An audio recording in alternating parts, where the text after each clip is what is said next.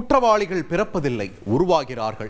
குற்றச்சம்பவங்கள் தன்னிச்சையாக நடப்பதில்லை, சூழல்களால் நிகழ்த்தப்படுகின்றன. சமூகத்தில் நடக்கும் குற்றங்களை கோடிட்டு காட்டும் இது குற்றச்சரித்திரம். முன்னாள் டிஜிபி குத்தி கொலை செய்யப்பட்ட வழக்கில் போலீசார் அவருடைய மனைவியை கைது பண்ணியிருக்காங்க. சொத்து தகராறில் நடந்த கொடூர கொலையின் பின்னணி என்ன?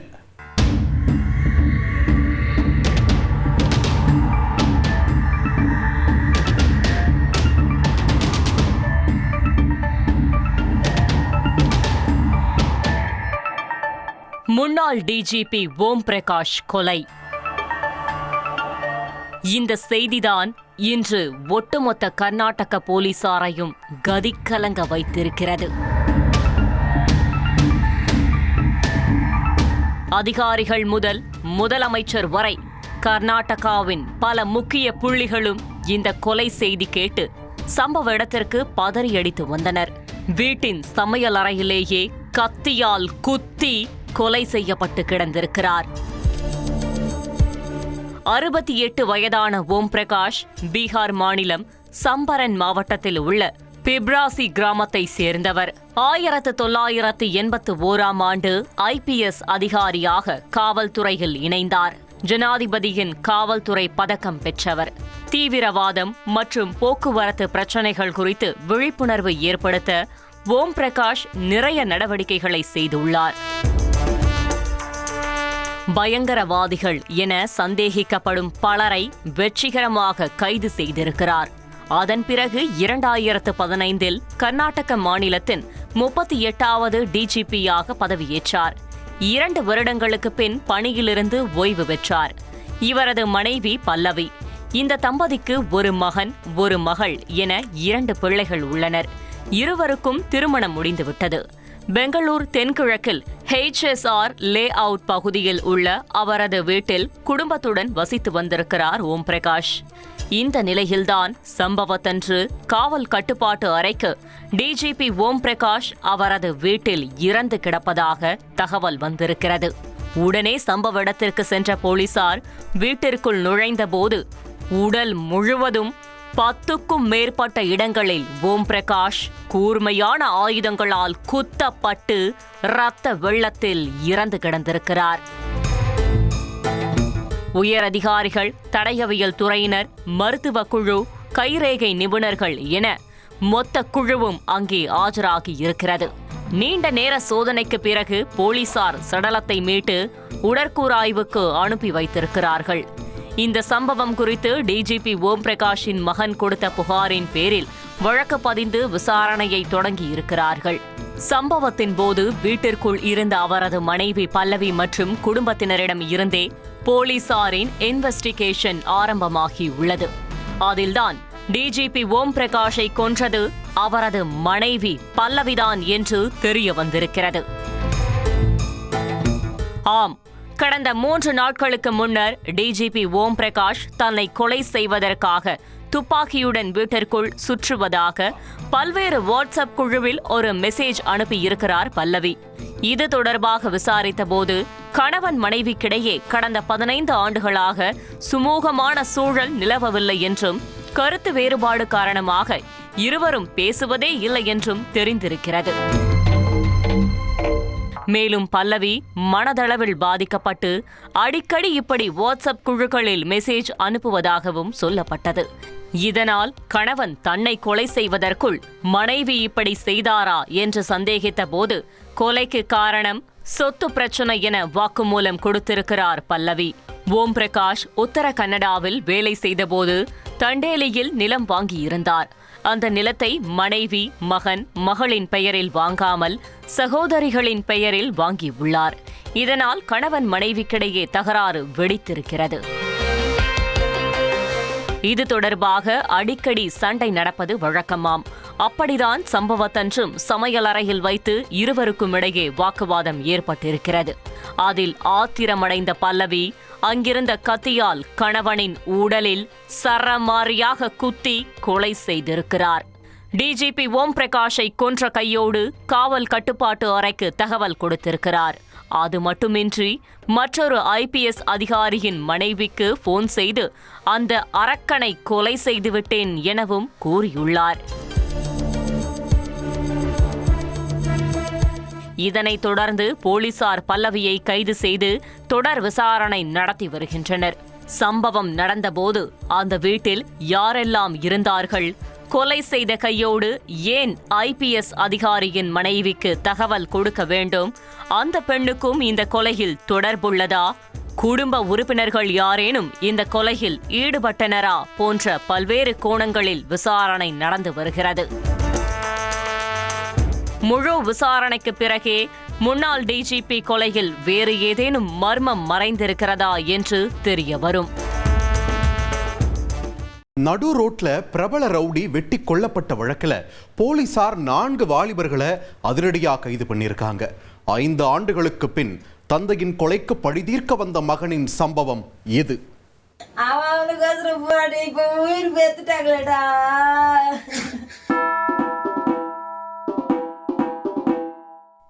என் புருஷன் நல்லவன், என் மகன் உத்தமன் என ஒரு தாயும் மனைவியும் மாறி மாறி அழுது புலம்பிக் கொண்டிருந்தனர்.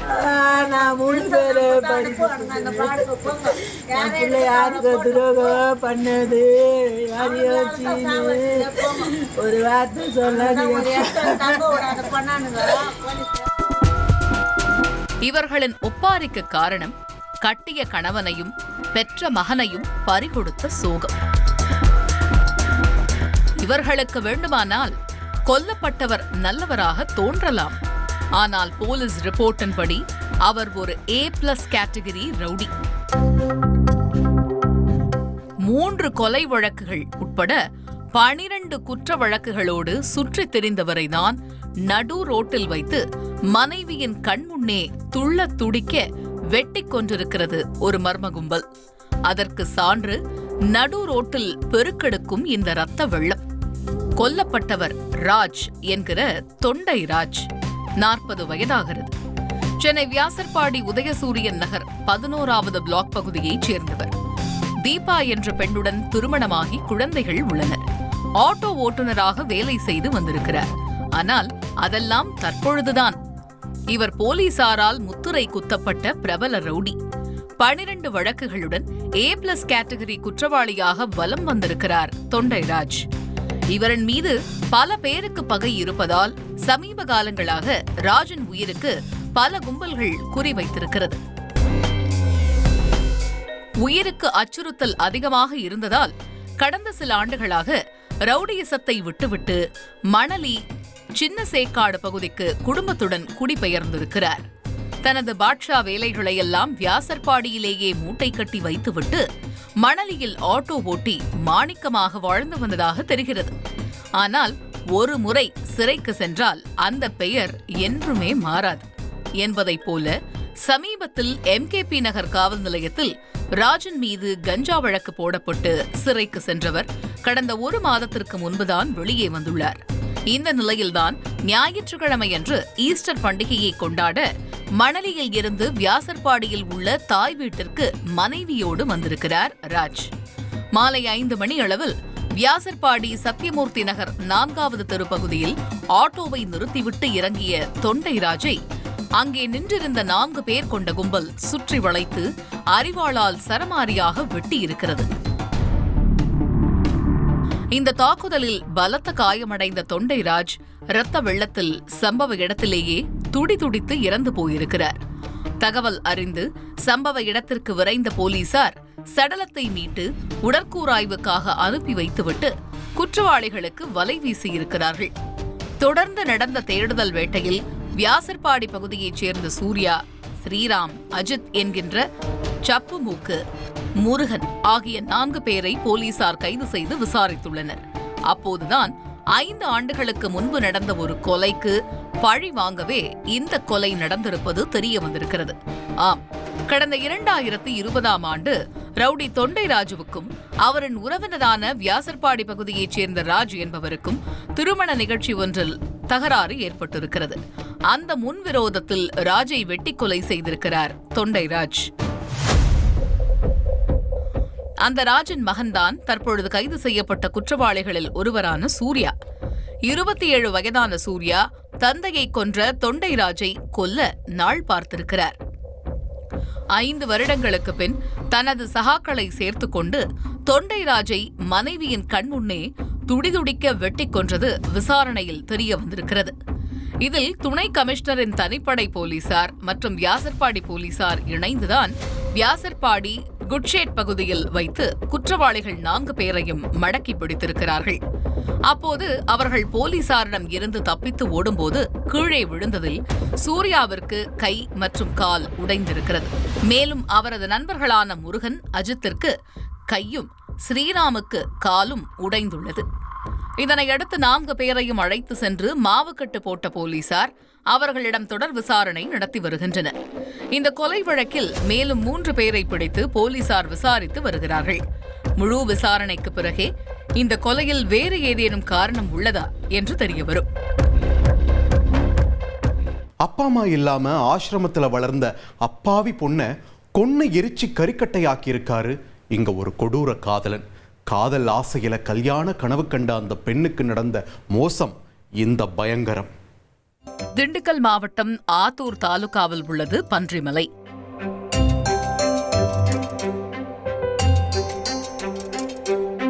தமிழ்நாட்டில் இப்படி ஒரு இடமா என யூடியூபர்கள் பலரும் வரிசை கட்டி வந்து விளாக் போடும் அளவிற்கு அசத்தலான இயற்கை அழகுகள் இங்கே கொட்டி கிடக்கின்றன. அந்த இயற்கை அழகுகளை ரசிக்க அன்றாடம் பல காதல் ஜோடிகளும் ஒன் டே ஜாலி ட்ரிப்புக்கு கிளம்பி வருவது உண்டு. அப்படிப்பட்ட இந்த பன்றிமலையில் உள்ள ஒரு இடம்தான் அமைதி சோலை. ஆனால் கடந்த 13ஆம் தேதி அந்த இடம் மொத்த அமைதியையும் இழந்தது. காரணம், ஆடு மேய்க்க வந்தவர்கள் 60 அடி பள்ளத்தில் தீக்கு இரையாகி கருகி கிடந்த ஒரு பெண்ணின் சடலத்தை கண்டு கிடுகிடுத்து போயிருக்கிறார்கள்.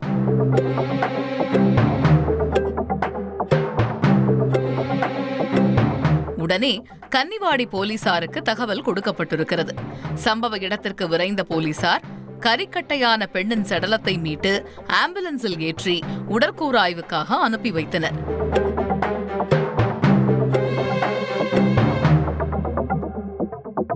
தீயில் எரிந்து சிதைந்த பெண் யார்? அவரை இந்த நிலைக்கு ஆளாக்கியது யார்? காரணம் என்ன? போன்ற கேள்விகளுக்கு விடை காண போலீசார் விசாரணையை தொடங்கியுள்ளனர்.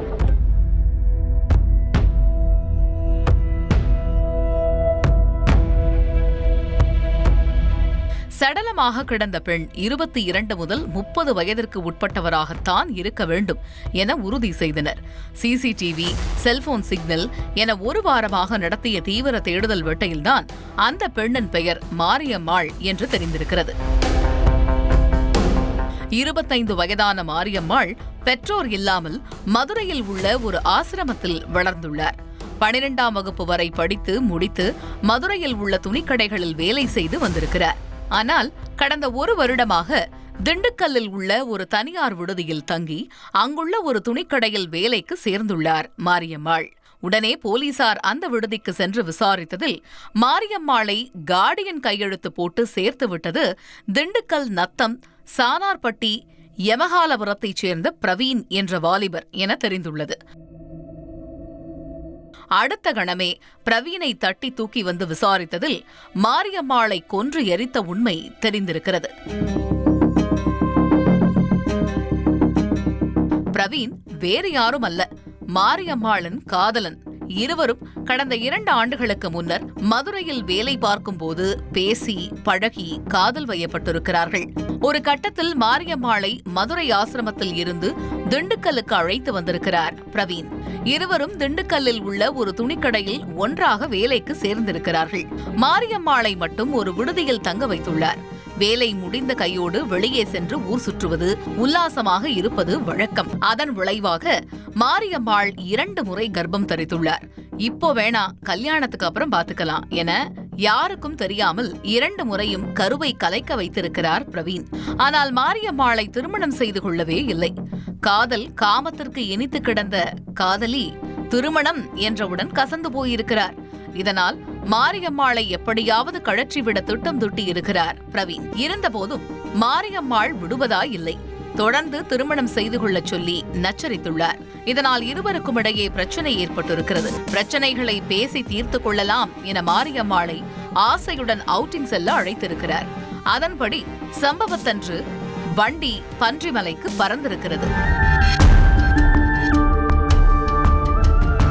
அமைதி சோலையில் ஆள் நடமாட்டம் இல்லாத இடத்திற்கு காதலியை அழைத்து சென்ற பிரவீன் மாரியம்மாளோடு ஒன்றாக இருந்துள்ளார்.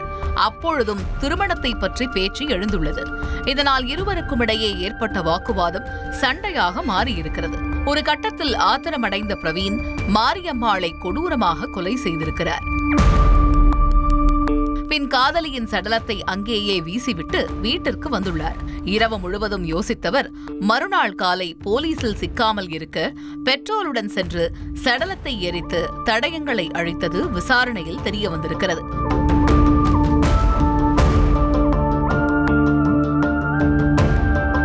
இந்த சம்பவம் தொடர்பாக கொலை வழக்கு பதிவு செய்த போலீசார் பிரவீனை கைது செய்து தொடர் விசாரணை மேற்கொண்டு வருகின்றனர்.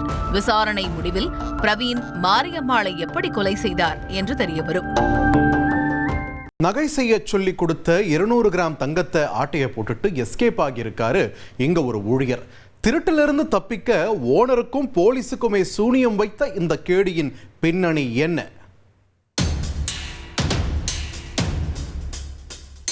பார்ப்பதற்கு கரடு முரடாக இருக்கும் இந்த பூ போட்ட சட்டைதான் ஓனரிடம் தங்க கட்டியை ஆட்டையை போட்டு போலீசில் சிக்காமல் இருக்க கொல்லிமலைக்கு சென்று பில்லி சூனியம் வைத்த கேடி ஊழியர். 1/4 கிலோ தங்கத்தை களவாடிவிட்டு அப்பாடா நம்மள இனிமே ஒரு பையன் கண்டுபிடிக்க மாட்டான் என குடும்பத்துடன் பாண்டிச்சேரிக்கு இன்ப சுற்றுலா சென்று உல்லாசமாக இருந்திருக்கிறார். கொல்லிமலையில் கோழியை குத்தி கரூர் கருப்பு கோவிலில் ஆட்டை காவு கொடுத்து யந்திர மந்திர தந்திர சாமியாரிடம் போலீசுக்கே சூனியம் வைத்த பயங்கர வாலிபர் போலீசில் சிக்கியது எப்படி என்று தெரிந்து கொள்ள செய்தியாளர் கார்த்திக்குடன் களத்தில் இறங்கினோம். கோவை கெம்பட்டி காலனிபாளையம் தோட்டம் பகுதியைச் சேர்ந்தவர் சரவணமூர்த்தி. இவர் வீட்டிலேயே நகை பட்டறை நடத்தி வருகிறார். இவரிடம் கடந்த 10 வருடங்களாக வேலை செய்து வந்தவர்தான் இந்த கேடி ஊழியர் கார்த்தி. 30 வயதான இவர் செல்வபுரம் LIC காலனியைச் சேர்ந்தவர். திருமணமாகி குழந்தைகள் உள்ளன. கடந்த 4ஆம் தேதியன்று ஆபரணம் செய்வதற்காக 17 லட்சம் மதிப்புள்ள 200 கிராம் தங்க கட்டியை கார்த்தியிடம் கொடுத்து நகை செய்யும் இடத்தில் கொடுக்க சொல்லி இருக்கிறார் ஓனர் சரவணமூர்த்தி. ஆனால் நீண்ட நேரமாகியும் கார்த்தி தங்க கட்டியை கொண்டு சேர்க்கவில்லை. கார்த்தியின் செல்போனும் சுவிட்ச் ஆஃப் ஆக இருந்துள்ளது. வீடும் பூட்டி கிடந்திருக்கிறது. இதனால் சந்தேகமடைந்த சரவணமூர்த்தி பெரிய கடை வீதி போலீசில் புகார் அளித்தார். புகாரின் பேரில் வழக்கு பதிவு செய்த போலீசார் தனிப்படை அமைத்து தலைமறைவாக இருந்த கார்த்தியை தேடியிருக்கிறார்கள். தொடர்ந்து நடந்த தீவிர தேடுதல் வேட்டையில் 15 நாட்களுக்கு பிறகு தனிப்படை போலீசார் செட்டி வீதியில் வைத்து கார்த்திக்கை மடக்கி பிடித்தனர். அவரை காவல் நிலையத்திற்கு அழைத்து விசாரித்த போதுதான் பல திடுக்கிடும் உண்மைகள் வெளிவந்திருக்கிறது. கார்த்திக்கிற்கு லட்சக்கணக்கில் கடன் இருந்திருக்கிறது. அவற்றை அடைக்க முடியாமல் திணறிக் கொண்டிருந்த போதுதான் அவருக்கு கொல்லிமலையில் இந்த யந்திர தந்திர மந்திர சாமியாரின் அறிமுகம் கிடைத்திருக்கிறது. உடனே அவரை சந்தித்து பில்லி சூனியம் ஏவல் வழியை நாடி உள்ளார். அதற்காக ஆடு கோழிகளை காவு கொடுத்திருக்கிறார். அந்த சமயத்தில் கார்த்தியின் கடன் தொல்லை குறைந்ததாக சொல்லப்படுகிறது. இதற்கெல்லாம் காரணம் மாந்திரீகம்தான் என முழு மனதோடு நம்பியிருக்கிறார் கார்த்தி. இதனால் கடன் பிரச்சனையிலிருந்து முழுமையாக தப்ப என்ன செய்யலாம் என்று யோசித்துக் கொண்டிருந்த போதுதான் ஆபத் பாந்தவனாக சரவணகுமார் 200 கிராம் தங்க கட்டியை கார்த்தியிடம் கொடுத்து பட்டறையில் கொடுக்க சொல்லி இருக்கிறார். இந்த ஒரே கட்டியில் மொத்த பிரச்சனையையும் தீர்த்து விடலாம் என நினைத்த கார்த்தி நகையோடு நேராக சாமியாரை சந்தித்து ஐடியா கேட்டுள்ளார். அதன்படி நகையை கொடுத்ததையே முதலாளியை மறக்க வைக்கும்படி பில்லி சூனியங்கள் செய்து விடலாம் என பலே ஐடியாவை கொடுத்துள்ளார் அந்த சாமியார். இதனால் நேராக கொல்லிமலைக்கு சென்று சேவலை சூலத்தில் கொத்தி சூனியம் வைத்திருக்கிறார். அது மட்டுமின்றி போலீசாரிடம் சிக்காமல் இருக்க கரூருக்கு சென்று அங்கிருக்கும் ஒரு பிரபல கோவிலில் ஆடு காவு கொடுத்துள்ளார் கார்த்தி. இந்த மாந்திரீக வேலைகளை செய்து ஓனருக்கும் போலீசுக்கும் சூனியம் வைத்த கையோடு குடும்பத்தை அழைத்து கொண்டு சென்னை, பாண்டிச்சேரி என இன்ப சுற்றுலா சென்று உல்லாசமாக இருந்துள்ளார். அவ்வளோதான், இனி நம்மளை யாரும் அசைக்க முடியாது, ஓனர் நகைய மறந்துட்டாரு, போலீஸும் நம்மள தேடாது என மணக்கோட்டை கட்டிக்கொண்டு கோவையில் காலடி எடுத்து வைத்துள்ளார். கோவை திரும்பியவுடன் செட்டி வீதி பகுதியில் பதுங்கி என்னதான் நடக்கிறதென சூதானமாக கண்காணித்துள்ளார் கார்த்தி. ஆனால் போலீசார் அவரை கண்காணித்து சுற்றி வளைத்திருக்கிறார்கள். அவரிடம் இருந்த தங்க கட்டியையும் விற்பனை செய்வதற்குள் மீட்டுள்ளனர்.